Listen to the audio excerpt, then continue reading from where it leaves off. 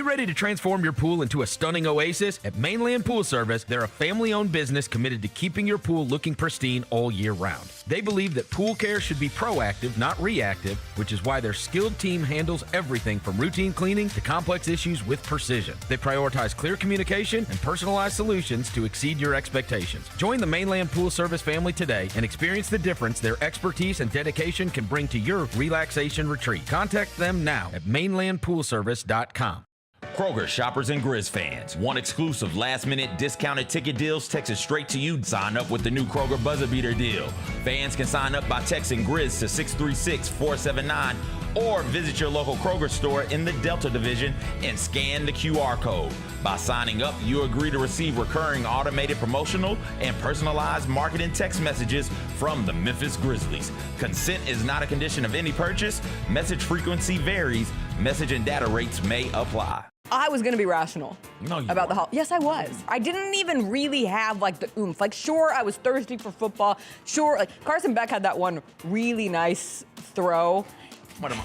My fault. What the hell am I doing? Why am I paying this attention? So sorry. Tune in to the Jessica Benson Show with CJ Hurt live every weekday at 8 a.m. on YouTube at Grind City Media and the official Grind City Media app. Let's face it, there's a lot of trash talk in basketball, but the great teams let their performance do the talking. Like Ford F-150 with Pro Power on board, a class-exclusive industry-first feature that turns your truck into a mobile generator and leaves the competition speechless. Ford F-150, official truck of the Grizzlies. Greatness starts here at your Mid-South Ford dealer. Class is full-size pickups under 8,500 pounds, GVWR. Sonic Radio. Welcome back to Sonic RNDIO. That spells radio with me, the CIO. This just in, the new Sonic $1.99 menu lets you build a crave-worthy meal for just $1.99 an item. Whether that's a creamy shake, crispy tots, or a quarter-pound double cheeseburger. This just out. Ostriches. They're mean, not very cute, and in my opinion, way too big for a bird. Don't miss the Sonic Fun 99 menu. 5 items, always $1.99. Live free, eat Sonic. Tax not included. See menu for details. The heaviest metal credit card of all time. Rumored to be one of only 18 in existence. Plated with the very same tungsten that forged the International Space Station. And wielded at business dinners like a samurai sword. It's a classic corporate power move. But the real power move? Having end-to-end visibility on your most critical shipments. FedEx, the new power move. Each challenge is unique, so each game plan is customized to identify opportunity and the path to victory. It's true in basketball, it's true in banking. Grizzlies Checking from Pinnacle with personalized planning and advice. Play hard, bank easy. Open a Grizzlies checking account with at least $100 and a recurring direct deposit by May 30th, and you could receive a $200 direct deposit bonus into your account. Details at grizzliesbanking.com. Member FDIC. We did also get the USA Basketball FIBA World Cup roster. You look at that, you're like, oh, that's an incredible roster. That's an incredibly made-up roster. They fit. It's like looking at a puzzle, and you say, ta-da, this is how this all works. Tune in to the Jessica Benson Show with CJ Hurt live every weekday at 8 a.m. on YouTube at Grind City Media and the official Grind City Media app.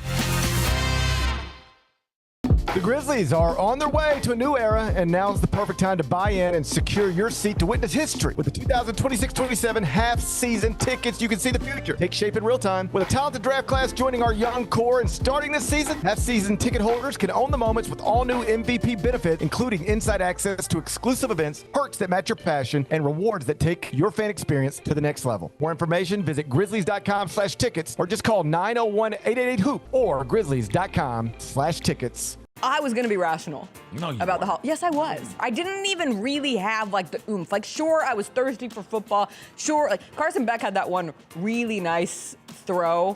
What am I? My fault. What the hell am I doing? Why am I paying this attention? So sorry. Tune in to the Jessica Benson Show with CJ Hurt live every weekday at 8 a.m. on YouTube at Grind City Media and the official Grind City Media app.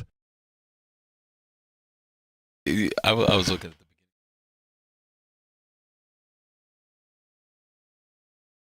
at Live downtown Memphis. So This good. is the Chris Vernon Show on YouTube at Grind City Media and the official Grind City Media app. Now, here's your host, Chris Vernon.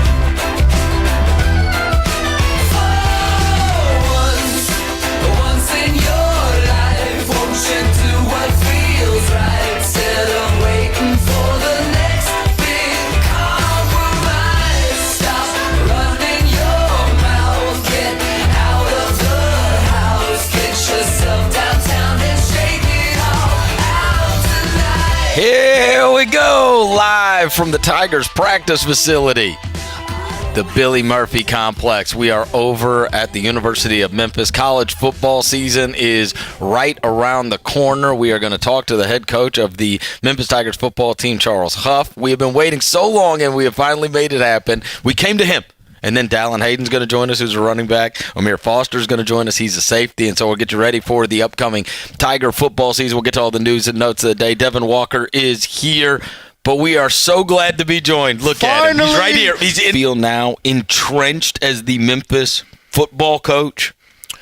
I know what office I go to when I get here, but I think there's still a lot of work to be done. Obviously, there's a lot of excitement. And there's a lot of things that we've been able to accomplish in a short period of time, but it really comes down to winning. I mean, That's the reality of it, and I'm not shying away from that. I fully understand that. There are a lot of things that have to happen, before you can win a game, before you can go play a season, but it doesn't matter how many hands I shake. It doesn't matter how many press conferences I do. No disrespect to you guys.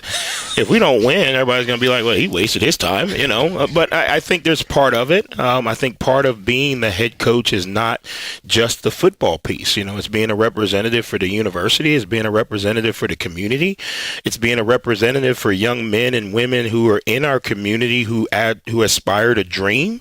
So some of the things that you have to do in this chair maybe sometimes get more light than they should, but ultimately it's going to come down to how we play on Saturdays. All right, how are you treating this one different than the last two, right? So this is the third stop that you have made as a head coach, and you have won. You say it doesn't matter unless you win. Well, you have won, and that's how you ended up here, right? So how is this different than taking over Marshall? How is this different than taking over Southern Miss? Well, there's a few things. One, the process works. Our process, the way we do things, is application, not a theory, right? We're not sitting around saying we hope we have practiced good today. We know what we need to do from that perspective. From what makes Memphis different than the others, and this is no disrespect, we have to be able to do more with more. Everywhere else we've been, and everyone understands it, right? Some schools don't have the resources that Memphis has. One of the reasons why coming here made a lot of sense to me was because there were more resources. Where there are more resources, and not just money, but bigger city, bigger fan base, bigger media outlet and connections, which all of those things, along with the revenue and the resources, all of those things play back into the players. So if you have more resources to pour back into the players, then the players become better men, the players become better students, the players become better players. The other universities, we had to do more with less. Well, here we've got to be able to do more with more. So we still have to find ways to close the gap. We still have to find ways to maximize the resources we do have. But here we're just blessed enough to have more of those resources in all areas. When you first got here, spot the ball was the motto. You said spot the ball, we'll meet you anywhere. Fans have been saying it ever since you got the job. What does spot the ball mean to Charles Huff? Yeah, there's no excuses about playing the game. You have to play the game. And it doesn't matter what your schedule is. It doesn't matter. Every coach in America would tell you that they have a tough schedule. Every coach in America would love to be able to play all home games or all games where they may be favored or whatever it is. you waste time on those things and it doesn't matter. Just spot the ball and go play.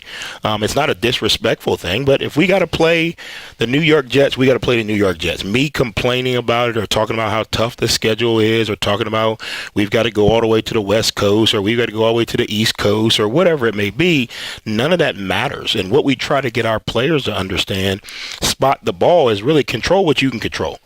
Do your job. If they tell us we got to play at 11 a.m., we got to play at 11 a.m. If they tell us we got to play at 6 p.m., we got to play at spin cheer. It is what it is. There's no perfect formula. We can always say, well, we want a night game. Well, they didn't give us one. We got to show up at 11. Well, we want a noon game. Well, they gave us a night game. We got to show up. How college coaches go. We talk about this all the time. Inevitably, every year, there's going to be changeover in coaches. And a lot of people would say, well, you won at Marshall and you won at Southern Miss, and Memphis is that middle step to the other job, the big jobs that everybody wants. And so I am interested in why Memphis. Why did you want to come here from the job that you were at when this one became available rather than, in so many other coaches, they'll sit there and go, I'll just wait till a Power 4 job comes open. Why Memphis? Yeah, well, for one, I think this university and this community fits me, right? Sometimes jobs open and they're not great fits. I'm from the East Coast, so if a job opened in Hawaii, I don't know how great of a fit I would be there, right? It's just the reality of it. But Memphis is a fit. I've been in this state before from a recruiting and working at other universities. My wife has coached in this state before. We've been in this region of the country before. This city kind of emulates who I am, which is toughness and discipline and grit. This city kind of emulates who I am, which is there's all the reasons why Memphis shouldn't be a good city, or why all the reasons why Memphis shouldn't be a Power 4 school. There's 1,000 reasons why I shouldn't be a head coach. So this city kind of fits me. The other thing is the trajectory that this program is on, waiting for a P4 job or waiting for the big job. This is the big job.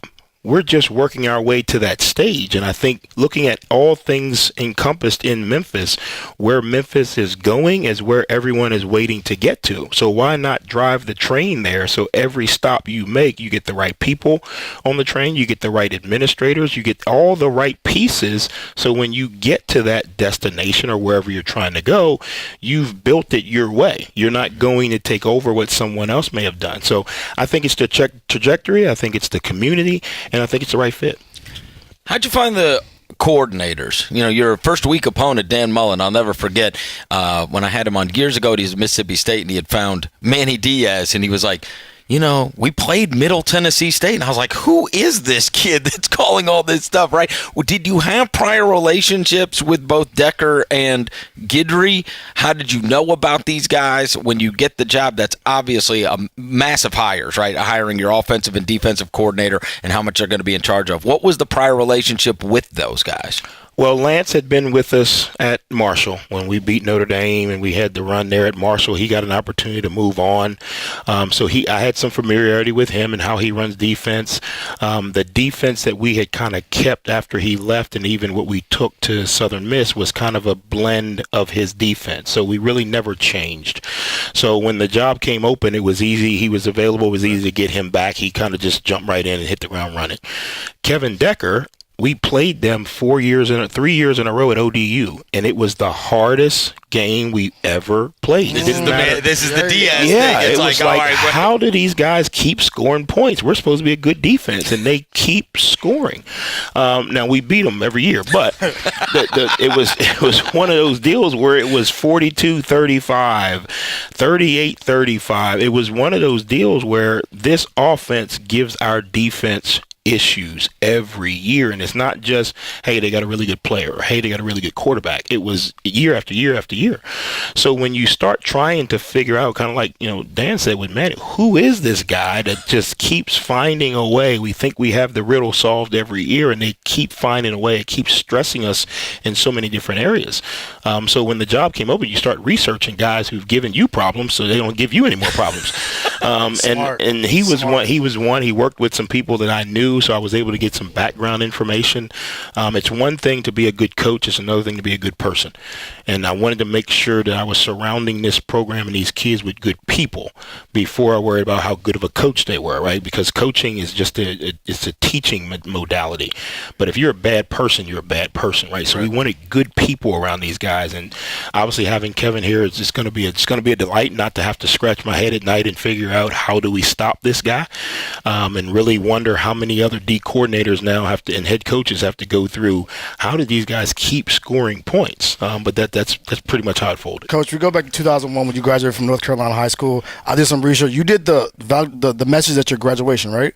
I did the message at a graduation after I graduated. Okay. I was not the valedictorian. Okay, all right. The salutatorian, the hornatorian, any other of those tortians. Not you. Not me. Not no. you.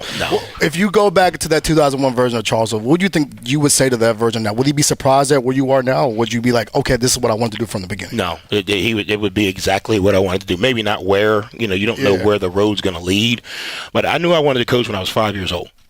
And I knew I wanted to coach. I wanted to be a head coach. When I played football in the backyard at 7, 8, 9, I was the coach. I didn't want to be the quarterback. Okay. I didn't want to run. I didn't want to be the all-time center. Well, hold on a second, because we have – in college, it says fullback, tight end, guard, and center. You play every position. Yep. That's what happens when you're a good kid with discipline, smarts, and no talent. Yeah. They keep trying to find a place for you because it's like, he's a great kid. He knows all the plays, but he really can't do anything. So they just keep moving you around. And sooner or later, they hand you a degree and they say thanks. So, no, you ended your college career as the starting center and team captain. Yeah, they ran out of spots. I tell my O-line all the time, like, once you get moved around the positions in football, when you land at O-line, that's it, man. There's nowhere else to go. There's no other position. You don't go from O-line to DB, right? No, you don't go from O-line to D-line, right? Those guys are getting athletic. They can move. You go from O-line to coaching. That's what you go to. And that's what we are now. Yeah, exactly. When you were that young kid coaching, like, your friends, were your friends like, yo, Coach Charles, bro, just chill, man. We're just trying to play football. I was always the big piece guy. Like, I was always, even in playing at recess, I was always the, hey, you three go over there. Okay. You two go over there. And when they look over there, throw it to them. Like, I was always that guy for whatever reason. And I'm not saying I'm like this savant, but I was always a guy who could galvanize people. Yeah. And it didn't matter if it was white, black, green, yellow. We lived in a small town. Everyone pretty much grew up as farmers or farmers' kids.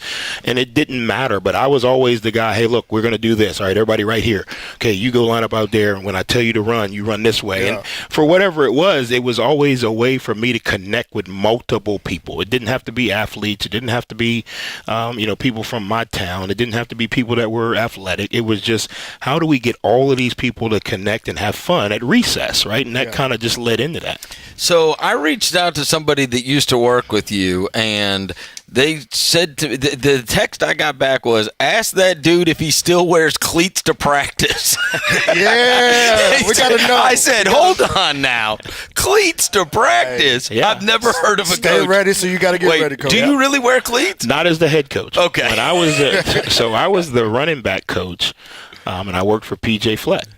And PJ's a high-energy guy, and he used to always say, you have multiple different learners in your room.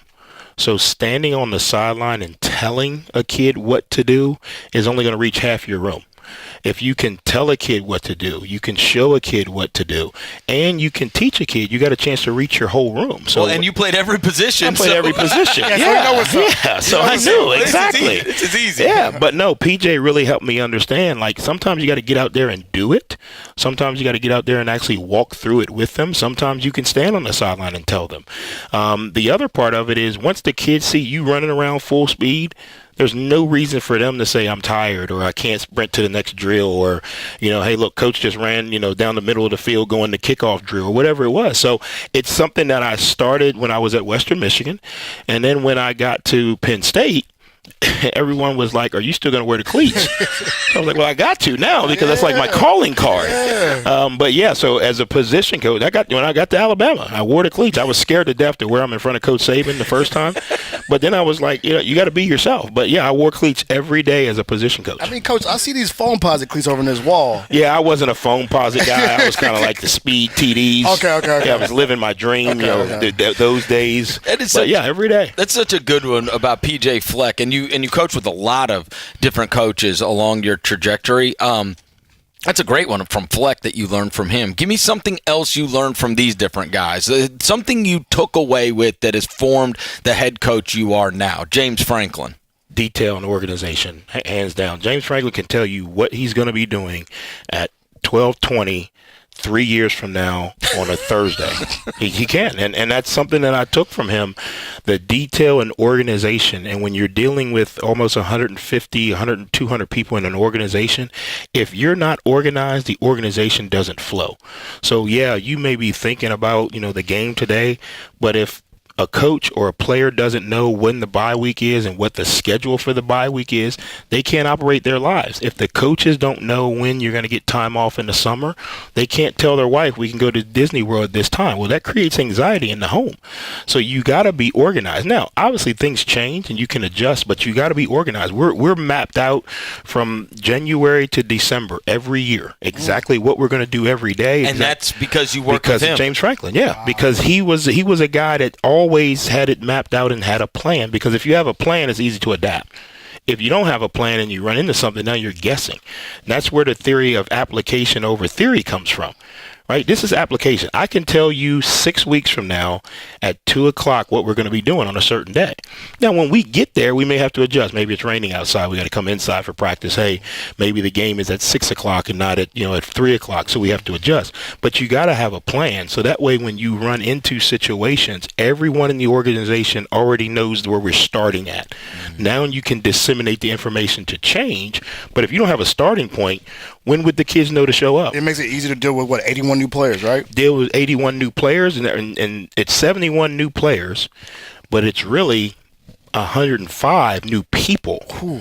Because we got coaches, we got administrators, we got staff, we got recruiting, we got general managers, we got equipment people, we got trainers, we got assistant trainers, we got strength staff. So you're really talking about, 71 new kids, but people in the organization. There's only about 15 or 20 people that have actually went place to place, with me. So all the other people are new. Now, and you think, well, the coaches, the ball boys, I'm responsible for them too. Right. They've got to know what time do I need to get out of class so I can get to practice. What time do we leave on a Friday so I can be there? So you have to be organized from the top down, or the operation won't run. Joe Moorhead, you were with him at Mississippi State. Yeah, to me, put the ball in space. He was a guy offensively. You talk about contrasting people. Coach Moorhead was organized, but not down to the day, but he knew what he wanted to do offensively. And if he knew anything, it was get the ball in space to really good players, and it usually works out. Don't overcoach them. Don't overanalyze a situation. How do we get our good players in space? When he came to Penn State in 2016, we had just changed offenses. We were kind of pro style, and he was kind of like, why you guys do all these plays? Just throw it to him over there and watch him run. It works. And if they change the defense, just throw it to him over there. And we simplified our game plans and playbooks and offense, and we were a lot more productive. Now, we had good players. We had Saquon Barkley, Trace McSorley, Mike Gesicki. I mean, we had probably 10, 15 NFL players, but we simplified what we were asking them to do and let their talent just go play. How about Saban? I'm sure you could list 100 million things. Is that where you got the hat from? The hat swag? Well, the straw hat. The straw hat swag? There are some things that I do.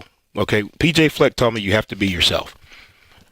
Those who know PJ say he's, animated, energetic, or whatever, but he's like that every day. It's not a show. It's who he is, and he says you have to be yourself. There are some things that I do to remind me of the lessons I learned. So, for example, James Franklin only writes in red pen. only writes in red pen. So when he makes a correction on something and he gives it to you, you can clearly see the red, right? So like a teacher. Yeah, I was a GA for him. Yeah, so I only write in red pen. Wow. Because it helps my eyes see what I'm trying to, point out or whatever it is. I wear the hat because Coach Saban taught me discipline and consistency.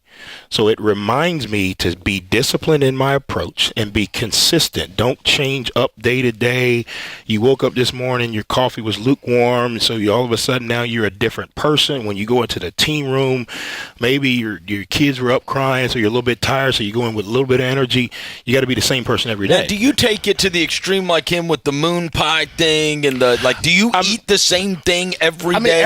Every time I've seen you, Coach Huff, you got the all black on. So is it? Well, I wear all black because I'm fat, so it helps the slimming effect. Hey, all three of us. It helps the slimming effect. Big backs. We look at all three of us. Yeah. Well, I wear a lot of black because I'm not a huge fashion guy. So black goes with everything. It's easy to match. You can't look at me and say, man, why did he put on brown and yellow? What was he doing? But I'm not as detailed as moon pies, but I am very consistent. I eat the same time every day. I typically eat the same thing for breakfast. Wait, are we still eating Subway, Coach? Please tell me we still not eating. Last time I talked to you. No, well, we have training table here now, so I'm eating for free. Like the player. What is breakfast? Every day you say you eat basically the same thing. Breakfast for me is a muscle milkshake from the weight room and 2 boiled eggs. That's what I eat every day, and a cup of coffee. Wow. And for me, it's not, it's routine. It's the simplicity of I come into the building, I get a workout in, I grab something to eat, I'm at my desk getting ready for the day. Mm-hmm. What time do you work out? I usually get here about 5 o'clock. Damn. Wait, Coach, hold on. Yeah, so I'm up at a.m.? Yeah, I'm up at about 4:30. By the time I get out of the house, I live, about 8 minutes away. By the time I get here, get changed, I'm usually on the treadmill somewhere between 5 and 5:15, and I'm walking at a slow pace. Let me just tell you that. Slow pace walking. No incline? A little bit of incline. A little bit of incline, but it gives me an opportunity to gather my thoughts for the day. Yep. What do I want to you emphasize? raw dog it. No headphones, no nothing? Yeah, I either listen to music or I watch a podcast. We had heard your anti-music. No, I know. Hey, it's not good. If you ask the internet, Coach, I hate music. I hate all things music. But I'm either listening to a podcast or I've gotten into these Netflix, like the quarterback, the receiver series. So I watch those. The Seahawks Hard Knocks series, I'll watch those. But it just gives me 30, 45 minutes to gather my thoughts. Yep. And then I'm typically sitting at my desk about 6:45, 7 o'clock, and then we roll through the day. So I'm more routine as far as what I do, not necessarily, hey, got to have, this water bottle or this specific cup. Right. But I'm more routine as far as this is what I do, pretty much the same thing every day. From now until December, I'll be in that routine every day. Sundays, I usually stay, home a little bit longer. I make sure I buy breakfast with my family from Waffle House on my way out. There you go, yeah. But it's about the same routine. I do that because, again, if you're going to be the same person every day, your routine's got to be the same. What is wind down time? You say you I've start. already asked him this. I asked him this question. There's no such thing. No. I'm saying at night. If you start the day at 5. I'm usually headed home during the week 10:30, 11. Like I said, I don't really get to see my kids. So Sunday I stay a little bit longer to make sure that they're still, they know Dad. Can you just hit the bed and go straight? Out. Yes. Out. I don't need any lights. Like my wife has lights everywhere in the house. And I could literally walk through in pitch black and not kick anything, like right to the room, typically grab a glass of water or something to drink, and boom, I'm like out. You're out. Now 5 o'clock it starts again. No lights, no tea. Like when my family's gone, my electric bill goes down so much because I'm never there. And when I'm there, I rarely turn on anything. You know what I mean? So, but again, that's just the routine that works for me. I'm not saying that works for everybody, and I'm not saying I'm some special character. Coach Saban used to come in the building every day at 7:22. Wow. Every day. So I was going to ask you. I was going to ask you what keeps you up at night about your team, but nothing. If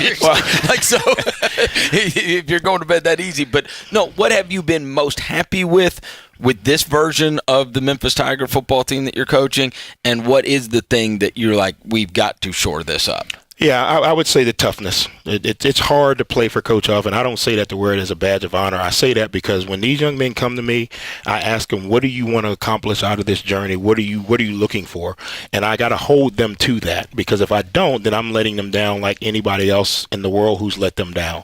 So it's very hard. The expectations are high, the accountability is high, the intensity and the urgency is fast. Right? We got some of these kids got 6 months. Like, some of them just got here in January, and by November, if you ain't made enough plays, it's over. Now we can play another 4 or 5 games, but if you ain't made enough plays by November to get the league's attention, but most of them want to play in the league, it's over. If you haven't set yourself up academically by November to graduate and take advantage of internships, it's over. So we don't have a lot of time. So that's why it's very difficult to play for me. We don't waste a lot of time. Everything is pretty much urgent. But their toughness, they've showed up every single day wanting to be coached. And that's not just on the field. That's in the classroom. That's in the weight room. That's in the player development, all the things we do. So that's impressive because that's something that will carry them in life. Not just in a football game. Is that what you wear on your wrist? You have to suffer well. Suffer well, tough all day. Is that what? Yeah, suffer well, tough all day. If you can be tough all day, and that's not just punching a hole in this wall, tough all day is I don't want to get up every day at 5. Yeah. But I have to. Right. Why? Because if I don't, then I'm not being consistent enough in my process to be the best version of myself. I don't want to go to class. I know every kid doesn't wake up and want to go to class every day. Toughness is doing what you have to do even when you don't want to do it. Do you feel like there is even more urgency because you don't get to ease into the season? Right? Like, you guys have to be good immediately because 2 of your first 3 opponents got votes yesterday in the top 25. Yeah, I no disrespect. I don't think it has anything to do with the opponents. Where we are in college football, what Memphis needs is urgency. If we started with any opponent, it would be urgent for us to maximize today. Yes, our opponents are our opponents, and they're all challenging. They're going to, create enough anxiety and challenge for us. We have appropriate fear for every opponent we play, but Memphis needs our urgency. Memphis needs to win now. Where we're trying to go as a program, as a city, and as an organization, we don't have time not to be good. We don't have time to get it right. We have to be good now. Now, don't get me wrong. There's no magic formula and you wave a wand and we're good. But if you don't show up every day with urgency, if you don't show up every day with the same mindset of where this organization, this university, and this program is trying to go, then we're going to get left behind. We're going to be saying, well, Memphis did everything right, but the football team was 7-2, like we're 7-6 or whatever, So the urgency is not the opponent. The urgency is the landscape that we're in, college football. The urgency is the vehicle that we're blessed enough to drive, the University of Memphis. And the urgency is what we have to do now in order to go where we say we want to go. Let's get some rapid fire in here. What music does Charles Huff listen to? When he's walking on the treadmill, what is in the earphones, Coach? Yeah. I'm old school, so I'm, Temptations, Johnny Taylor. Okay. I do listen to country. Yeah, you look at me like that. Why would you look at me like that? See, Coach, see? Yeah, why would you do that? I heard him. I don't know why he looks but I heard him. Yeah, why would you do that? He said, Yeah, why would you do that? You talking about like Darius Rucker? Like who? No. You picked the one black guy? Yeah, you see how he did that? Yeah, what is this? Who you listen to? What is this? Yeah, where's ESPN when you need them? Not Shabuzi. Yeah, did you see that? Yeah. No, I listen to Aldean. I listen to Parker McComb. Luke Bryan. I listen to Luke Bryan. Let's go. Yeah, I've been to all their concerts. In the summer I get a chance. You love it. I love music. So it's not I can listen to anything. So it's really not that you don't want music in practice. You don't want their music in practice. No, you don't want to hear Young Boy. I listen to Pooh Shiesty. I do. I think he's got some good stuff. Like, I listen. Like, the kids have gotten me listening to Young Boy. No, what's the guy's name? Rod Wave. I'm a big Rod Wave fan now. Rod Wave, Coach. I'm on it. I'm on all of that. He's gonna make you sad. I'm on all of that. Yeah. I like music, so it's not I like all kinds of music. They say that if you have a very wide range of music, that means you have a good music taste. That's it. Yeah, I mean, I like me. Like, I go to Nashville and I go to Broadway. I go to Nashville. I go to music shows. I like the Grand Ole Opry. Like, I like music in general. Me and my wife went to the Candlelight symphony here in Memphis. Yeah, I like music. I mean, I'm not against music. What him? Yeah, we're making that clear. Yeah, just make that clear. Coach Huff, make it a graphic. Coach Huff is not anti-music. Not anti-music. What is the movie Charles Huff has watched the most amount of times? Probably Troy.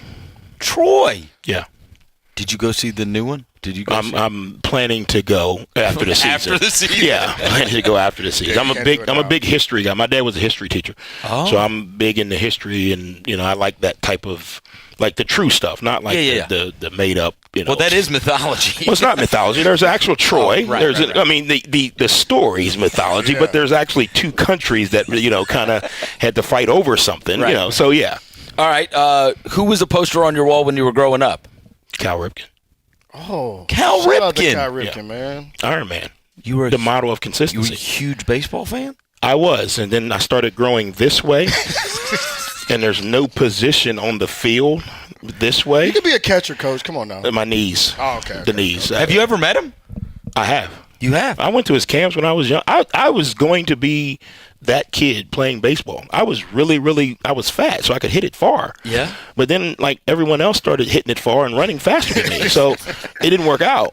But, yeah, I was a big baseball fan. I watched the Orioles game before I watched a football game. Is that you still care about the Orioles? Absolutely. We're going through some things right now, but absolutely. We had an Orioles fan here earlier. That's okay. I'm all in though. I'm not a fair weather fan. Was there anybody else that you were a big fan of growing up? Like, who were your outside of the Orioles? Who were your big sports teams? Dan Marino. Dan Marino. Yeah, I was a Dolphins fan. There was no so when I grew up, there was no Ravens. Right. So there was no team in Baltimore. DC, it was too far away from my hometown. It was kind of like another state, so the Redskins really didn't vibe with me. Yeah. And then I started watching this guy throw the ball, and I mean, I was like, I like this guy. So I became a Dolphins fan. Then I started working for the Bills, and I was like, well, I can't cheer for the Dolphins. This is weird. I'll never forget, we play them on a Thursday night, and I was like, oh, this is weird. I can't really cheer, but so I've transitioned into liking players in the NFL now, not necessarily a team. Thank you, coach. They get on me every day about that. Well, you've coached a bunch of them. Yeah, but I've coached some, and then you coach in the league, so you can't cheer for the Bills. You can't cheer for the Dolphins and coach for the Bills. Yep. But growing up, I was a Dolphins fan. All right, Dev, I think we have loosened him up enough. So who's your quarterback? Yeah, absolutely. Yeah, who is it, coach? Come on. Come on. Who's going to start? What do we do? Yes. It's going to be either Marcus, Air, or Denzel. What are we doing? That's easy. We just want to know whose jersey to buy. Well, we'll buy them all. We need rev share, NIL. Buy them all. Run it up, man. You're really going to let this play out all the way there? I saw that press conference the other day where you told Jonah Dillon to find you at the tunnel. I was like, oh, come on. Well, again, the beauty that we have right now is we got 71 new players. And we've got coaches from all different areas. Yeah. So there's still like a gamesmanship to this deal. Like, they're trying to figure out who we are. We're trying to figure out, I don't know who he's going to start. Right. So we try to focus on ourselves. It does nothing for the game for me or Coach Mullen to announce a starter. All it does is help Vegas move the line forward or backward. And then it helps fans say, oh, why would you start him? Yeah. So we focus on, and honestly, we're not there yet. And I'm not trying to be, both of those guys have done a phenomenal job. Let me ask you a real question. Yeah. Whoever it is, are they entrenched? You know what I'm saying? Like, because if you start off and you go 2 for 8, or is this just going to be and we've talked to both of them. I'm a big believer, baseball fan. You've got to give one of them the ball and tell them it's their mound in Game 7 of the World Series. Gotcha. That doesn't mean that they can give up 7 home runs. But you got to tell them it's their mound, right? And without them thinking, hey, the first hit I give up, they're going to the bullpen. So we've told both of them, whoever the guy is, you are going to have the ability to go play free. If you start becoming detrimental to us winning, then we have to look at other options because we have quality backups. That does not mean the first time one of them throws an incomplete, he's gone. Because, again, the backup doesn't want to play in that situation either, right? You don't want to be the guy like, pull him out, like, get me in. Yeah. And then you throw an incomplete, you're like, ooh, are you going to pull me? So I think you have to be able to give the guy a chance to do the job that you've given him to do. That's why we're not in a hurry. Now, on the same token, we told these guys back in the summer this is the date we're going to select. What's the date? Next Sunday. This Sunday coming up. Going into game week. This next Sunday up. Going into game week. We told them, like, we're going to pick a guy the game week. So now you have a full week to work, as the guy with your unit. Mm-hmm. You get a chance to, try some things. So they don't even know. No. Oh. But they know when. Like, you guys are like, is it today? Is it today? Is it today? Tomorrow. Yeah, they already know. It's Sunday. Yeah, they knew, hey, Sunday we're going to break everything down, look at all the stats, look at all the scenarios, look at all the situations. Sunday we're going to make a decision. That gives whoever it is a chance to go a full week as preparing as the starter. Yep. And he's get a full week to ask questions. Hey, I like this play over this play. Hey, in practice, let me try this throw without wondering, okay, if I try a throw, can I fit it in there? Oh, I didn't fit it in there, I'm going to lose the job. So we told them that back, when in the summer. So they knew, the whole time. So now that's going to give whoever it is an opportunity to truly get a week's worth of, I'm the guy, pressure's off, let me go play. Hey, coach, I don't like this throw. I like this throw. Hey, receiver, get with me after practice because if we get this play called, I want to throw it here. Hey, first team, second team guys, be ready to go. That allows the backup to have the emotional recovery because it's going to be an emotional recovery. You compete at something you don't win. There's emotional recovery, but that gives him a chance to emotionally recover and then prepare to be one snap away. There we go. All right. Well, look, we made it this whole time over 30 minutes without you pissing anybody off. No, way better than I haven't lost a game yet. AAC Media. Yeah, I mean, I am pro American Conference. Pro music. I think our commissioner does a phenomenal job. Like, I don't want anybody to think I'm dead serious. I think the American Conference is a great conference. Yeah. Is it wrong to want to be better? No. We're not going to get you in trouble. We're not going to get you in trouble. All right, Coach Huff, you're the best. Thank you, buddy. Thank you so much for coming in. I really do appreciate you guys, man, and appreciate all your listeners. Again, anytime we can help you guys out, please let us know. You're going to be rallying behind you. All right. Spot the ball! Take a quick break. We'll be back into this. Chris Vernon Show. That was awesome. Thank you, brother. Let's face it, there's a lot of trash talk in basketball. But the great teams let their performance do the talking. Like Ford F-150 with Pro Power on board. A class-exclusive industry-first feature that turns your truck into a mobile generator and leaves the competition speechless. Ford F-150, official truck of the Grizzlies. Greatness starts here at your Mid-South Ford dealer. Class is full-size pickups under 8,500 pounds, GVWR. I was going to be rational about the Hall. Yes, I was. I didn't even really have the oomph. Sure, I was thirsty for football. Sure, Carson Beck had that one really nice throw. What am I? My fault. What the hell am I doing? Why am I paying this attention? So sorry. Tune in to the Jessica Benson Show with CJ Hurt live every weekday at 8 a.m. on YouTube at Grind City Media and the official Grind City Media app. Sonic Radio. Welcome back to Sonic RNDIO. That spells radio with me, the CIO. This just in, the new Sonic $1.99 menu lets you build a crave-worthy meal for just $1.99 an item. Whether that's a creamy shake, crispy tots, or a quarter-pound double cheeseburger. This just out. Ostriches. They're mean, not very cute, and in my opinion, way too big for a bird. Don't miss the Sonic Fun 99 menu. 5 items, always $1.99. Live free, eat Sonic. Tax not included. See menu for details. Brock Lesnar says he's really retired this time. We believe this guy. I feel like he pulled my chain last time. I feel like he was pulling my chain. He took his boots off in the rain and walked down. They were like, and Brock Lesnar is retired. Now that I'm thinking through this, because when you said that, you were like, he already did the pump fake on us. So I was like, what do you? He did put his boots in the middle of the ring. That's why I don't know if I can trust this guy. He might be full of it. I don't know if he's really retiring or not. The Gary Parrish Show, live on weekdays at 10 a.m. on YouTube at Grind City Media and the official Grind City Media app. The Grizzlies are on their way to a new era, and now's the perfect time to buy in and secure your seat to witness history. With the 2026-27 half-season tickets, you can see the future take shape in real time. With a talented draft class joining our young core and starting this season, half-season ticket holders can own the moments with all new MVP benefits, including inside access to exclusive events, perks that match your passion, and rewards that take your fan experience to the next level. More information, visit grizzlies.com/tickets or just call 901-888-HOOP or grizzlies.com/tickets. Stay on top of everything happening in the 901, the Mid-South, and beyond with Grind City Media's e-newsletter, bringing all the news and notes directly to your inbox. Lang's World, always by Lang Whitaker, touches on the biggest stories in the world of sports and pop culture, while Michael Wallace's Grizzlies Insider brings you all the latest coverage and analysis around the Grizzlies and NBA.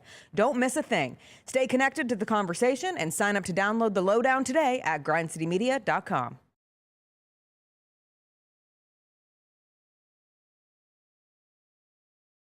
On YouTube at Grind City Media and the official Grind City Media app. Now, back to your host, Chris Vernon. All right, we are back live from the Memphis Tigers practice facility, and two of the standouts for the upcoming college football season for said Memphis Tigers are Dallan Hayden and Ahmere Foster.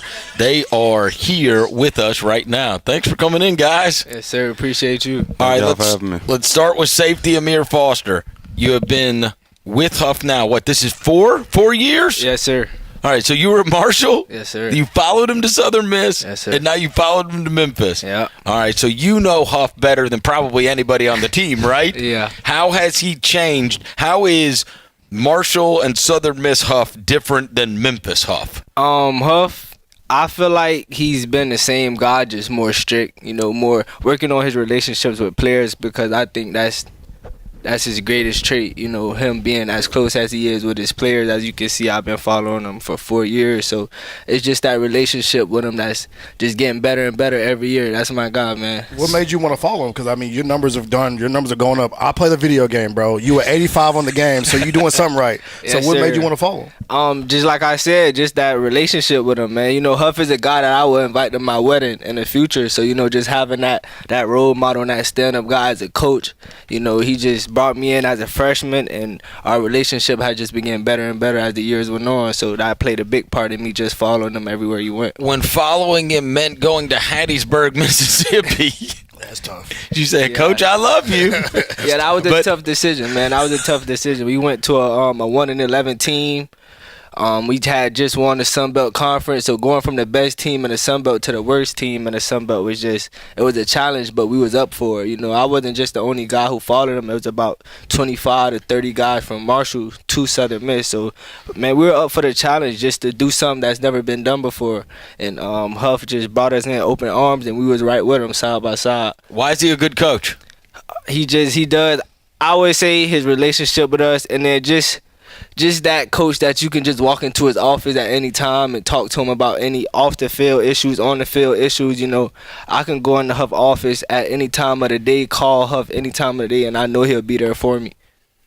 Dallan, this has got to be just crazy to be back in Memphis and now wearing a Memphis uniform. You rushed for, 5,000 yards at Christian Brothers and won these Mr. Football Tennessees and everything. And then obviously throughout your career, you traveled off to Ohio State and Colorado. How did we end up back at Memphis? How is Dallan Hayden wearing a Memphis Tiger uniform?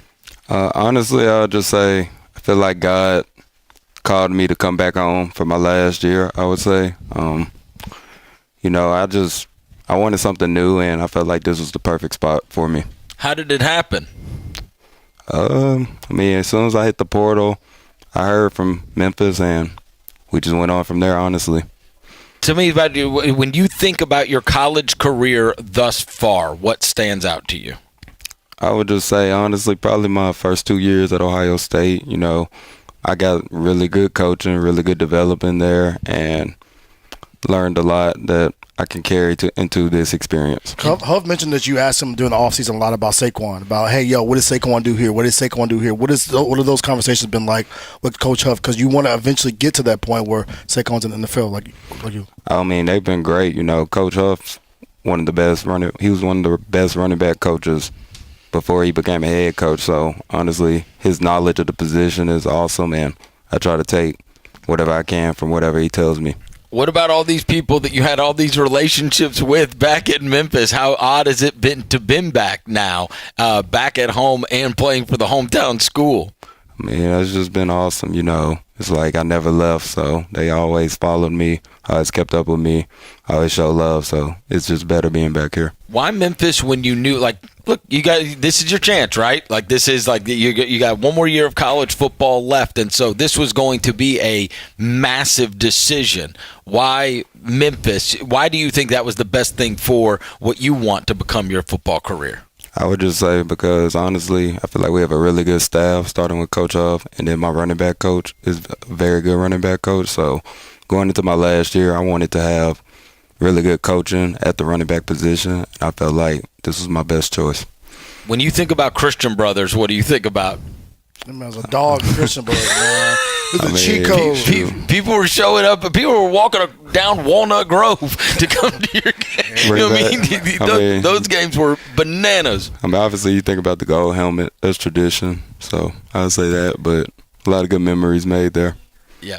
Ahmere, when you started off how did you end up at Marshall you grew up in Miami, right? Yes, sir. So how'd that happen? That happened growing up in Miami. Who he just mentioned, his running back, Coach Teddy Lockett. He's from Miami also. So that connection me and Coach Lock had, he would come down to visit. He came down a couple games, did a home visit with me. And that was a big part of also why I had chose Marshall right out of high school, Coach Teddy Lockett. Especially when there's like 1,000 schools in Florida, right? Yes, sir. And so, yeah, I mean, to end up in Marshall after you're a standout player in Miami, he was the guy that brought you, though, to Marshall. Yes, sir. You went to Christopher Columbus. Was there anybody? We know a lot of names that went to Christopher Columbus High School. You play with any big dogs? Yeah, I played with the #1 pick, Fernando Mendoza. Okay. We also had Elijah Roberts. He's a D lineman at Tampa Bay Buccaneers. We got a lot of standout guys. Wait, hold on. We got the Fernando Mendoza. What was he like in high school?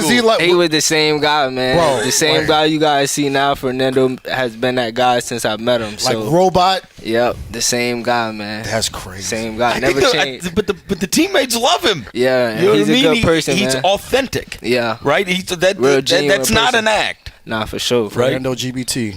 That's just who he is. That's crazy. That was your high school quarterback? Yes, sir. If I would have told you in high school that kid would end up being the #1 pick in the NFL draft, would you have believed it? Yeah, I would have believed it, man. He hasn't changed. He's been the same person from high school to Cal to Indiana. Like he hasn't changed. He's a hard worker. Like he's gonna go to work. Yeah. No matter the status, no matter he's gonna work. Is high school football in Miami insane? Yeah, it's different, man. What do you think is better, Miami or Memphis high school football? Yeah, Dallan looking over here. He looked over here. I mean, that's not fair. It's all NFL players down there, right? Yeah. Well, you mentioned you're part of the group with Huff that came from Marshall to Southern Miss. Dallan, you're part of a new group. Do y'all really do y'all try to preach the gospel of Huff to Dallan and his group of like, yo, this is what Huff wants, this is what he requires? Like, do y'all kind of preach that to the rest of the guys? Yeah, we kind of not. I wouldn't say one step ahead, but we know what's coming. Yeah. So just having guys alert on what Huff would want and what he wouldn't want. Just being there, leading every step of the way, and just having to bring them guys on. Just not really bring them on, but just leading, knowing what's coming. Yeah. How many guys are there that were with you at Marshall that are Marshall. Now? Yeah, because obviously the Marshall group went to Southern Miss, and now they've headed to Memphis following Charles Huff. Marshall is about 3 of us, including me, probably 4. Okay. 4? Yeah. 4 of us that went to Marshall, Southern Miss, and now at Memphis. So, yeah, 4 guys. About 3 or 4 guys. Wow. Straight trucking along. Down y'all be like, yo, bro, is he tweaking, man? Like, what's going on? Because I was out there for one practice, and I was like, yo, woo, this is a different kind of situation. It's a different program here, man. We go to work over here. Huff big on being tough all day and suffering well, so that's what we go by every workout. Dig it. How different is this, Dallan, from your former stops? I mean, I would say, honestly, I feel like this is more similar to my first school, Ohio State. Like, just the structure, the practices, like the workouts, and I know, like, what it's supposed to look like. So I would say they're similar. Yeah. When you left Ohio State, right, and you went to college, what are you looking at? I mean, you brought up Ohio State twice. Do you wish you hadn't? I mean, ain't gonna lie, that's a tough question. Yeah, I'll just say that's a tough question. Well, now obviously, hell look, no. well, no, I mean, now you're at Memphis and you have a chance to, right? Like this is what would be a cooler story than doing it in your hometown? You got all your cousins hitting you up now. How about I bet that's when a you tough first one. signed back, bro? How many texts did you have from the cousins, the people that you used to talk to back in the day? I had the girls you blew off. I didn't want to say that, bro. I don't want to get my guy in trouble, man. You know what I'm saying? I had a lot of messages, like, just from different family members and different people like I grew up with. So it was pretty cool. They all excited. I'm back home. What's your favorite spot to eat at the crib, bro? Like, you gotta give me a food. We're gonna go chicken wings. Chicken wings? Hot wings. I'm gonna go either the Wing Guru or Crazy Coop. See, bro, that mean the NIL hitting, bro. He said Crazy Coop, bro. Crazy Coop, bro. They charge like $45 a plate. Yeah. Ahmere, they put you on? Nah, I haven't had any Memphis spots yet. Oh, come on, bro. Been out all right. Why is this Memphis team gonna be good? Just our relationships with each other, man. I feel like we've been getting closer and closer as the game day came. Which is wild that you talk about the togetherness and closeness when it's 81 new guys. Sure. Do you know everybody's name? Yeah, I can say everybody's name. We harp on having a connected team. As the summer came, that was something we was big on, connectivity, being connected, playing for each other. Yep. So you don't do the hey you? Nah. Hey bro. Hey buddy, get over here. Hey bro, from Alabama, like y'all call each other by the school they went to before? Nah. Like, hey bro, come over here. So everybody knows. How about this? Who the teammate you don't trust on the aux court then? On the aux court? Who do you not trust on the defense? Dallan, you next. Be ready. I'm gonna say Mike Montgomery. That's the homie from Southern Miss. Yeah, I won't put him on the aux though. Why? On the aux? What Mike playing on the aux that you like? Nah, you ain't got it. Nah, I don't even know. I don't even think Mike listen to music. Nah, for real. I don't know what he would play. What do you listen to? I listen to everybody, man. Every mainstream rapper you can think of, man. I listen to everybody, but I'm a big Rod Weed fan. Oh, that's what like you put him on. Huff said you gotten him on it. Yeah, I like Rod Weed. That's my guy, man. Shout out Rod Weed. It doesn't make you sad. Nah, it don't. No, it don't make me sad. It's inspiring. I saw a tweet that said you couldn't pay him $1 million to have a good day. They say Rod Wave's always sad. Hey, me? Yeah, who you got? Who you one you don't trust? Brady Clues, because Brady just gonna play straight country. And I remember we was playing NBA YoungBoy. One day he's like, "Man, he's trash." I was like, "Bro, you tripping?" Yeah, so I say Brady Clues. Do you? Devin brought up the video game. Do you guys play it? Yeah, I think I'm the best in the world at NCAA. Hey, I'm not gonna lie to you, bro. Talking about your character, or you just in general? Just me in general. You play with the Tigers, or yeah, I be playing with everybody, but I feel like I'm pretty. We had an NCAA tournament here, and I won. You won it? Yeah. How many different teams did y'all use? Everybody use Memphis? Randoms. Oh, really? Just go with it. Yeah. So if you had, so you're just good at the game. It doesn't matter. You give him anybody. Just give him the sticks. Dallan, he get the stamp. He the coldest. Yeah, I viewed him and Doc play in the NCAA tournament. And they whooped everybody. So yeah. Oh, you dead nice. Hey, Ahmere, let me ask you about the defense, because you guys, I think you guys led the league or led the country in interceptions last year. Yes, sir. Right. So what about the defense leads it to being able to turn teams over so often? Just Coach Huff harps on not dropping an interception. So first off, being able to catch the ball as a DB, like you gotta catch the ball. Dropping a pick does nothing for us. Yeah. We harp on no PBUs. We trying to take the ball away. So just having that focus on when you get that opportunity, make the play. Were you a receiver? I play receiver. They say DBs were all receivers. Yeah, I played receiver in high school, but I always played defense since I was young, so it was more of both. But I always knew I would be a defensive back. But you think he just drills into you guys? If you guys have a chance at a pick, don't drop it. There has to be a consequence, like 80 up downs. Nah, no consequence. He would really just stop the practice and tell you like, don't drop the ball. Like he'll make a scene about it. So. And you think that's what you would attribute it to? Yeah. You would say that there's probably a lot of teams that have chances at picks, but they drop the ball. Yeah. And the trick is train your guys to not drop the ball. Yes, sir. Don't drop the ball. Well, tell me about the trip. Y'all went on the trip to Victory Ranch where y'all couldn't have y'all's phones.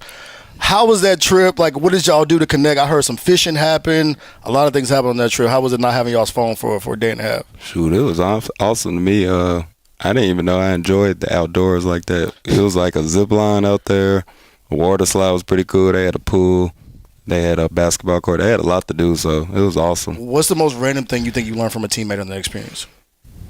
Because Coach Huff said y'all learned a lot of things about each other. You had to go up in front of everybody, talk to everybody that you usually wouldn't talk to, that kind of situation. I can't even remember low key. I mean, it was a cool experience though. Tell me about these quarterbacks. Tell me what the Nolan and Stokes. When you think about one by one, right? When you think about them, what do you think about when you think about Stokes? What do you think about when you think about Ahmere? They're both great guys, great quarterbacks. You know, when I'm talking to Ahmere, you know, I feel like they're both great leaders. You know, they both give off the same energy on trying to help the team in any possible way.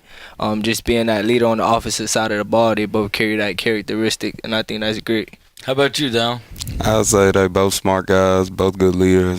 They know the ins and outs of the offense. Like, so therefore, if you have any questions about certain plays, concepts, like, you can go to either one of them if a coach can't. And it feels like the way they've treated this quarterback competition is really like galvanized everybody, right? Like it you know what I mean? Like, because it's very easy within a team for there to be taking sides, and it doesn't feel like anybody's taking sides on this. That, like, you know, these guys have been so good to each other about it that the team then rallies around the whole thing. I can really ask him, like, when he played with the Tigers in the game, who he starts at quarterback. That's what I really can ask, but I'm not gonna do that to you.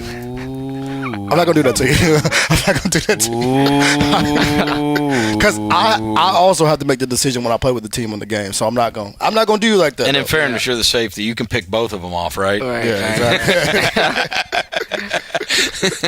Exactly. You can pick both of them off. You guys know very well that, like, the first week of the season, week 0, I mean, you're going to have the biggest possible audience you could have, right? I mean, you're going to be on Fox, it's going to be on primetime, whatever.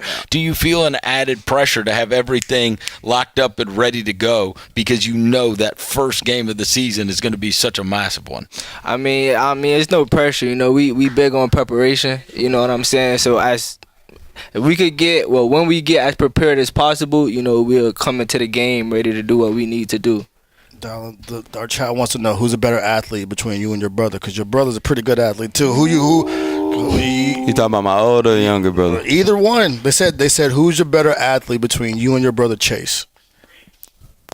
I'm always bet on me, so I'm gonna say me. The younger one's the quarterback, right? Yeah, he go to MUS, a school on Park and Ridgeway. I'm about to say, is that? Oh, he called it the school on Park and Ridgeway. How did he end up at MUS, bro? I mean, it was just the best opportunity for him, so I'm happy for him. Ready to see what he do this year. You give him smoke, though? You give him hell? Yeah, I always mess with him. Okay. I'll tell you this, that's the rival. My son's team played against them when he was at St. George's, and I mean, he was playing up, and I was like, who is the quarterback? They're like, that's Dallan Hayden's little brother. He can whip it. Yeah, he legit. I'm excited to see what he do this season. Man, well, we are excited to see what you guys do this season. Ahmere Foster and Dallan Hayden, thanks for coming on the show, guys. Yes, appreciate y'all, man. Thank you. We gotta get you some Memphis wings, bro. Nah, for sure. Come on, man. Take this. That needs to happen. All right, we'll be back after this. Chris Vernon Show. Grizzlies fans know it's the team that gives you the edge. Big River Steel does too. And much like the Grizzlies have recruited legendary talent, we want you to be part of our team. Are you ready to be part of something legendary? Then visit www.bigriversteel.com. That's www.bigriversteel.com.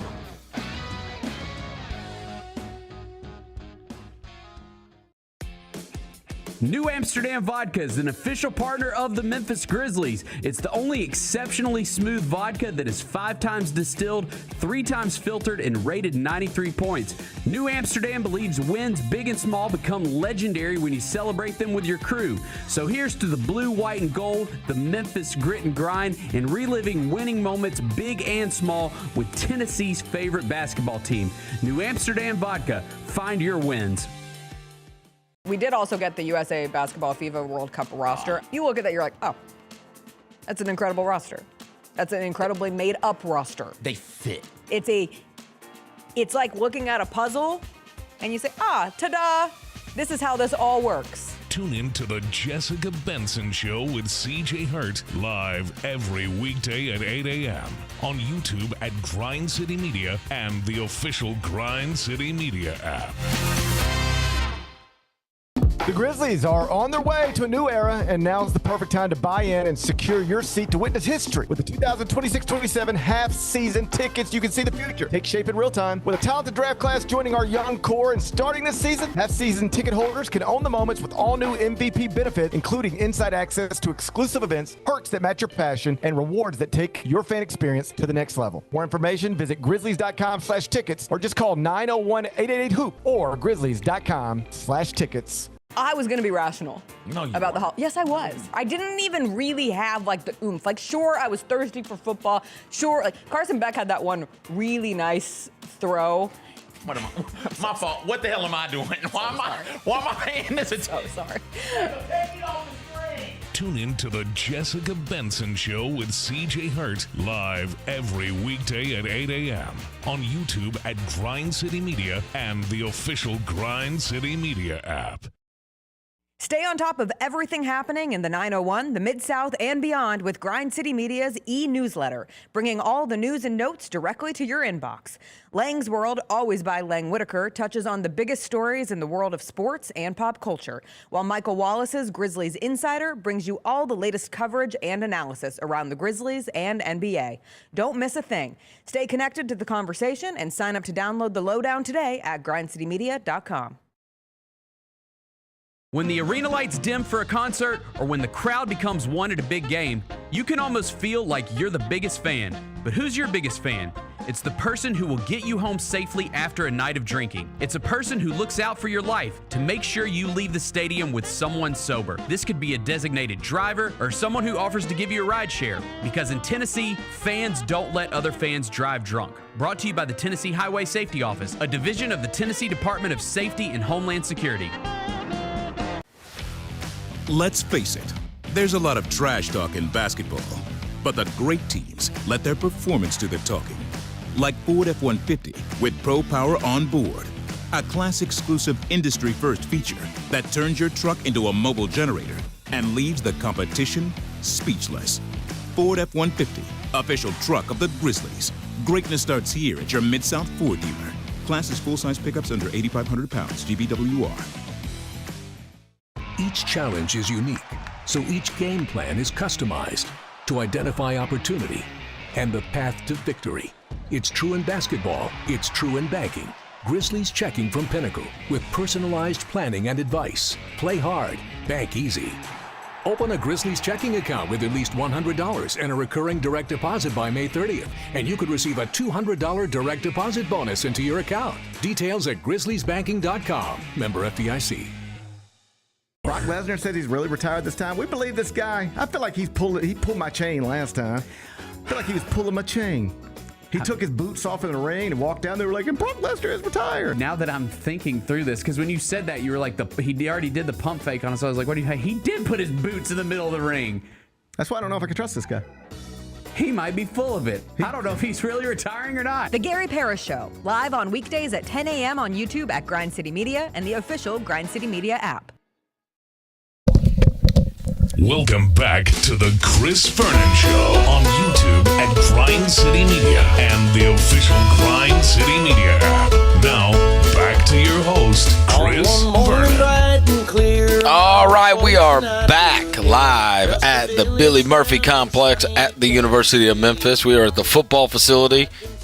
We have talked to Charles Huff. We have talked to Dallan Hayden and Ahmere Foster, a couple of players for the upcoming season. Obviously, Jessica Benson and Gary Parrish, both of their shows were out here earlier today. And it's super fun to do these Tiger takeovers, getting ready for the season. And I will say we waited for a long time till we were able to make it happen with Coach Charles Huff. But my God, Devin. We didn't get to talk about it because we brought the players in right after it. Yeah. He was unbelievable. Hey, better late than never, bro. We finally made it happen. He was so good. Hey, we got so good. Pastor Huff, man. He's the GOAT. And just listening to him talk about the lessons that he took from the different spots that he has been in, Two of those from James Franklin. It just makes you think about James Franklin, P.J. Fleck, Joe Moorhead, Nick Saban. It makes you think about those guys differently because Huff's a guy that like worked under all those different guys, and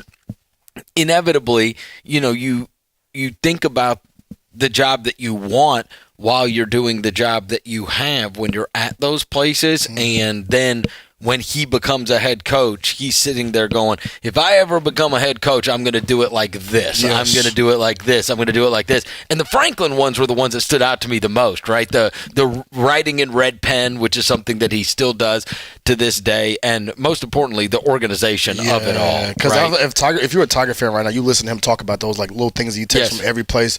That gives you, even if you don't know who the team is, that gives you confidence in the head guy that in week 0 when they run out of there in Las Vegas, that they're going to be prepared, they're going to be ready to go. Like that gives you a real kind of like urgency of like, yo, week 0 we actually might be fine. Like knowing that he's taking all those little things from every step he's gone. Well, and then you listen to somebody like Ahmere Foster talking about being with him. I followed him for 4 years. Yeah, and the relationship that he has with the players, and the fact that like they don't.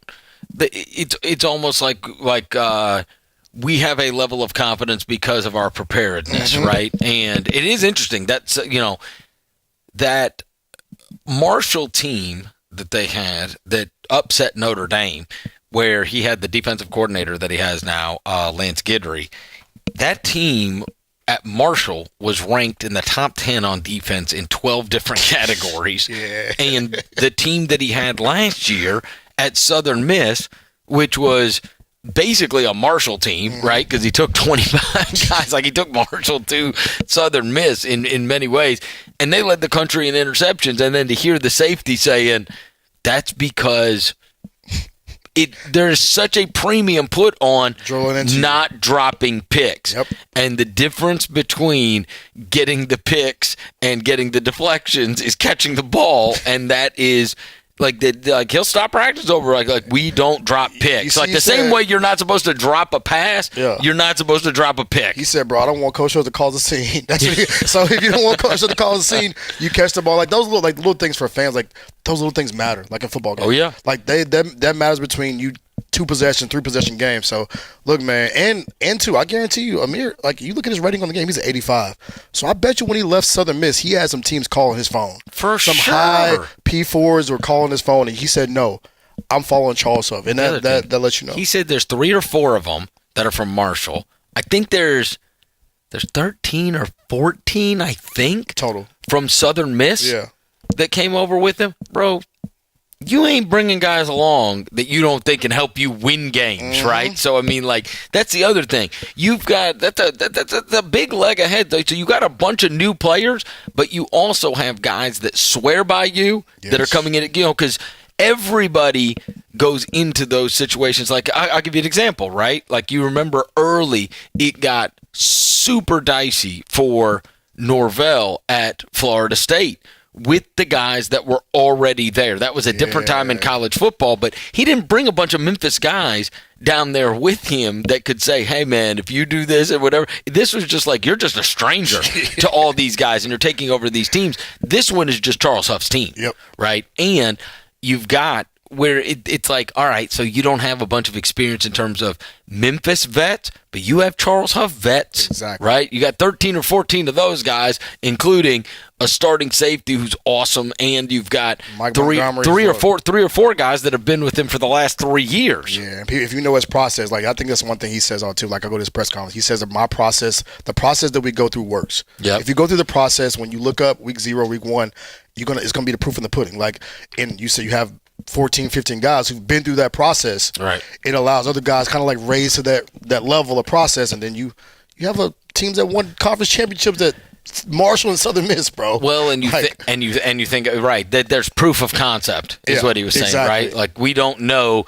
This isn't a guessing game. Yeah. We know this works, and that there's like so many of these guys when you read the books or that you hear the interviews or you ever get other coaches to explain about them, it's like you will hear like those same kind of stories. It's a lot like, CEOs of companies and whatever.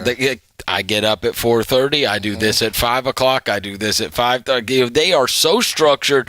They are so organized. And he said, obviously you can go to the massive extreme. He's like, James Franklin knows what he is doing 6 months from now at 6 o'clock on a Thursday, right? Like he said, Saban walks in the building at 7:22 a.m. every day. Right. Like that is, and the thing too, I think 7:22 every day, not 7:20, not 7:30, 7:22 every day.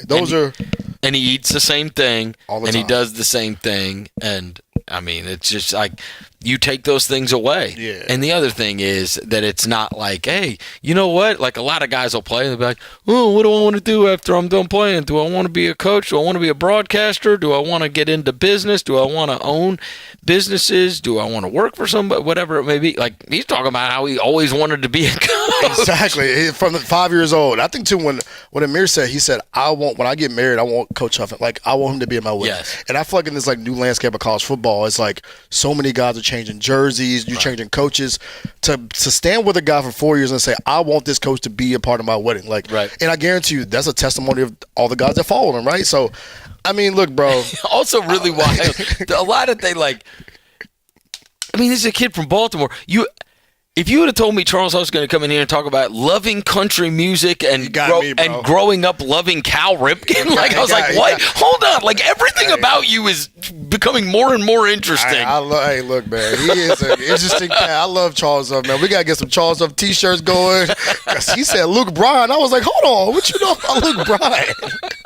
And, of course, I went to Darius Rucker. That's all my bad. But, man, look, I think as far as, excitement goes, I think for us, you probably can say it, too, how excited, this is the most excited we've been for a season opener football game in a long time for Memphis football. Yes. In a while. Yes. Because it's just a sight because unseen. It's all new. Yeah, sight unseen. Well, look, I don't want this is. Oh, Lord. We're in the Memphis facility. What is he about to do? I mean, I wasn't excited about Seth Hennigan. I wasn't.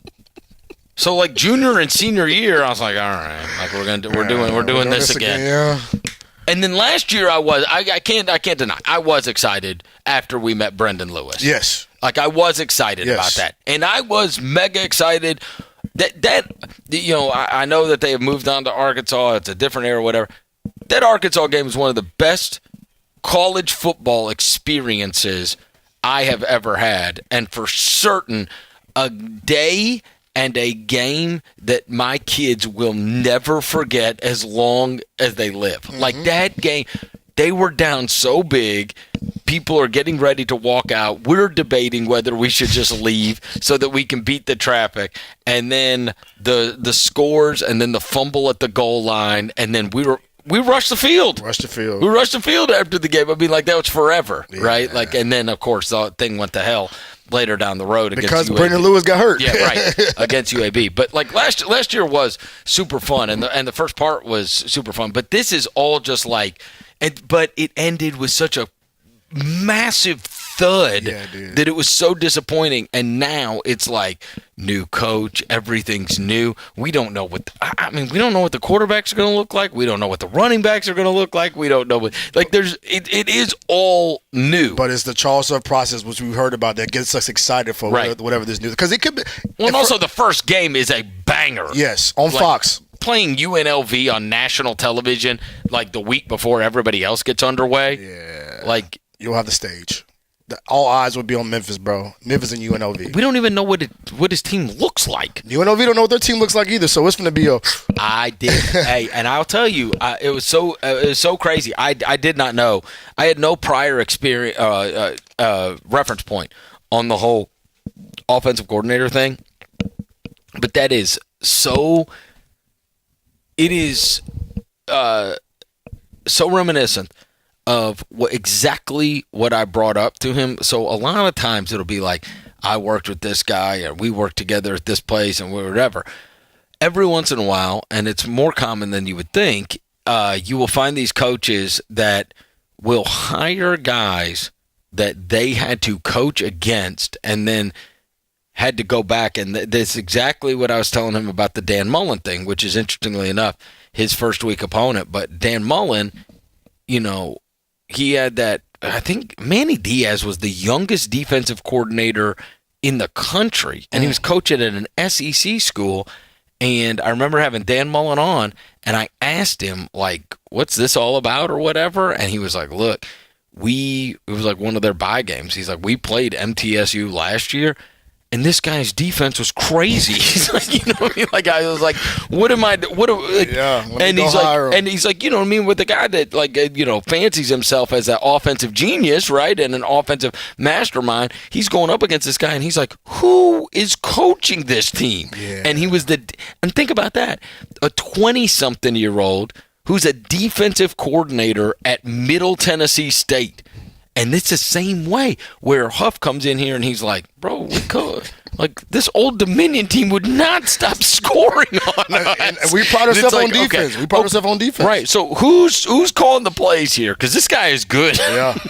And now he's game recognized game. And if you like, I wish we'd have got him because he has one of those personalities too that's like bold. Decker. Yeah. Oh, so. He's the good. Yeah, he's good. He's so it's look, bro. If you can't beat him, hire him. Well, and also we have no idea what to expect. We just don't. As far as hope springs eternal. But running backs to receivers to tight ends it's just we're gonna all find out together. Man, the Dallan Hayden thing would be so cool if he could reclaim it all at the University of Memphis. What a story that would be, right? Because he had an unbelievable freshman year at Ohio State. Obviously, the thing went off the rails at Colorado. Yeah. But I mean, bro, he is in the pantheon of the greatest Memphis high school players ever. 1,000%. He might be the greatest. I mean, he won 2 Mr. Footballs. I bet he ran for 5,000 yards. I'm not kidding. Let me see, high school. I mean, you probably look it up and find right here. There's no telling how many touchdowns and yards he had. He was freakish at Christian Brothers. Yeah, he was a video game, bro. He was, Max Preps. Let me see if Max Preps got his numbers right quick. That was back in the day when it had. He's probably got a Wikipedia. I don't know if he got a wiki. Yes, bro. he does. Dallan Hayden ain't got no wiki. That's my guy. I bet you $100. That's my guy, but I ain't You want to bet? Oh, he does have a wiki. That's crazy. But he doesn't have his. Okay, he was an Ohio State friggin' running back. Over his junior and senior seasons, he rushed for 4,000 yards. That's junior and senior? And 57 touchdowns. Okay, bro. All right. 4,000 yards and 57 touchdowns? That's like playing a video game on freshman, bro. Road to glory on freshman. Hey, seriously, put that up against anybody. Yeah. Anybody. That's crazy. 4,000 yards and 57 touchdowns. 57 touchdowns. In high school. Yeah, so he still got the goods. Was he playing? And at that point, like 11 games probably? Yeah. 12 games? And he still got the good. He has some flashes at Colorado, like, where he's like, oh, that's Dallan Hayden. But like you said, it's full circle now, bro. You coming back to the crib, you got your whole family behind you. He walked in saying, man, your mom know my mom. Like, it's back to that kind of connection, right? So, yeah, I want to see Dallan Hayden do well in Memphis, for sure. That would be super cool. It is weird, like, how much this whole thing has changed over. Like, you know what I mean? Ed Scott's obviously still here, but, like, this was, like, everybody's new, and yet it feels like Memphis has continued to have this, like, they do have now, like, this aura of, like, and I'm telling you this as someone who's lived here for 26 years, It did not feel like this when you walked around, like, and when you looked on the walls and when you saw all their stuff. It just felt like, you know what? It honestly, it felt like you were an outsider to big time college football. Yeah. Whereas everybody carries themselves around here like big time college football. You know what I mean? Like that is the way it feels when you walk around here, and then you see, and you're walking through and you see all the, former Tigers in the NFL. And by the way, they have way more than most teams in there, you know what I mean? Yeah. That you think of in their class of, you know what I mean? We got way more than Tulane and also Tulsa, but also well-known ones. Yeah. Right? You know what I mean? Like when you walk through, you're like, oh yeah. Like NFL starters. I mean, Jake Elliott's won Super Bowls. Sure. No, there's a bunch. Your boy, I hate that he played for the Cowboys. Shout out to my dog TP, Tony Pollard. Like, you got dudes that have been. He doesn't play for the Cowboys. I said he used to play for the Cowboys. He plays for your Titans. He plays for my Titans. We did an interview, by the way. I know. Tap into that on Grind It City actually Media. went viral. It went kind of viral. Shout out to my dog TP, man, because he said Cam Ward is terrible on the Ox. So found that out the hard way, but my guy Cam Ward. But yeah, like they got dudes that have played legitimate NFL football that people know. Oh yeah, so. and also just the way everybody walks around and conducts themselves, right? It feels like it just felt, I'm telling you, it felt way more small time back in the day. And now it feels like they have moved into just a different realm. And you even see the way the players carry themselves. Yes. Like this expectation of being good, right? It's not like, oh, well, no. I hope that we can do this. I hope that we can. No, it's like, yo, Coach Huff tells us we can do this, we can do the shit. Right. Like, it's more of that kind of demeanor around it, which they do have a lot of, there's a lot of confidence. It feels like a breakthrough is coming. That's what I say. It feels like there's a breakthrough on, like, they feel a breakthrough coming around it. Yeah, there's a lot of confidence around here for sure. So we'll see. Like, if you know what I mean, like you're always, and he has just been like, dude, I think he understands how good he is on a microphone. It's like a wrestler. And also understands that he keeps saying, like, none of that crap matters. You know what I mean? Like, I can say all of this stuff. Nobody's going to care unless I win. Mm-hmm. And this is, college sports is, and sports in general, it's zero-sum game, right? Like, you're either going to win or you're going to lose, and people are going to love Charles Huff if he wins, and people are going to hate Charles Huff if he loses. But That's now, the way it goes. We believe because every word that he speaks, it feels like, okay, it does. We can make that happen, bro. Yes. Like, consistency. No, he fills this whole, like, place up with this confidence because he's confident. Because he's confident. And when you walk around with confidence, it oozes around to everybody else. Like, somebody who might not be that confident in themselves, if you're around somebody who oozes with confidence, you feel so much better. It makes me mega excited for the UNLV game. What we got? Yeah. Oh, yeah. 10 days? 10 days, baby. Is it 10 days? I think it's 10 days. 29th. Is it 29th? 11 days. 11 days. 11 days? 11 days to UNLV game. Baby. 11 days until the UNLV game. Hey. And he said Sunday he's going to name the starter. Which we won't find out until the you'll find 11 out. days. You'll find out next week. Yes. What, are they shutting down practices completely? We'll be there. Maybe. I'll be there. I'll be in them trenches, baby. All right. Well, huge thanks to everybody that made this happen today. Corey, the GM of Memphis football, and Coach Huff, and Dallan Hayden, and Ahmere Foster, and our whole Grind City Media team for being out here all day long and making this happen. Sean, Robbie, you guys are the best. Jalen back in the studio. Fun day for sure, and I'm glad that we were able to catch up with Coach Huff finally, and it gets you super excited for the upcoming college football season. We will be back tomorrow. Until then, we gone.